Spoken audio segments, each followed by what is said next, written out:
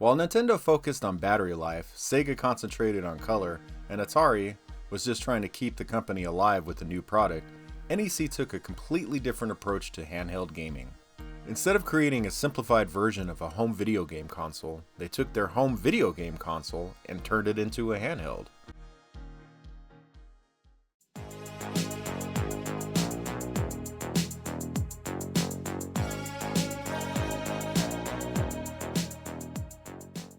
NEC was not new to the gaming industry. In the early 1980s, NEC and their computers helped develop some of the first Famicom games, which ultimately led to Nintendo games being released on NEC's PC-88 system. But by the mid-1980s, NEC was ready to fully jump into the video game market. Development of the PC Engine, or better known in the US as the TurboGrafx 16, started. The PC Engine was released in 1987 in Japan and was surprisingly successful against Nintendo and Sega. In fact, NEC outsold Sega in Japan up until the release of the Mega Drive. They revealed a new form of media for your games, the HuCard, much like the design of Sega's MyCards. While the PC Engine was a success in Japan, the opposite could be said about the TurboGrafx release in North America in 1989. It struggled from the start due to poor marketing and unfamiliar game titles.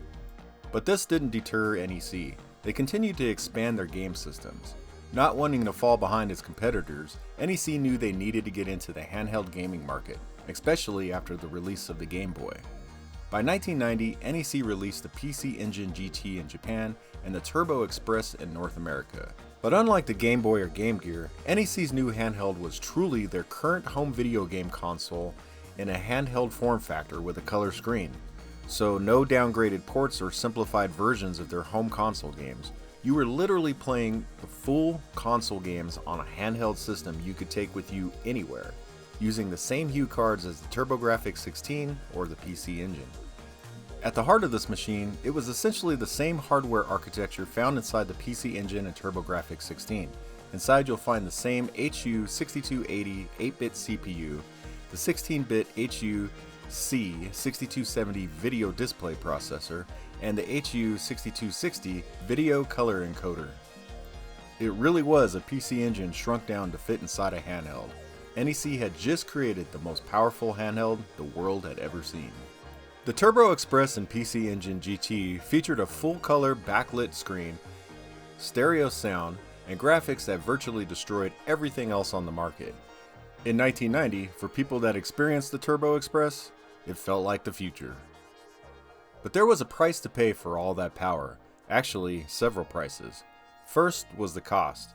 It launched for $250 in 1990, where you could get the Game Boy for $89. This positioned the TurboExpress in the premium market and not the mass consumer market, leading to lower sales. And it had the same issue that plagued the Sega Game Gear and the Atari Lynx, and that's battery life. The system required 6 AA batteries, and under heavy use, players could burn through them in only just a couple hours.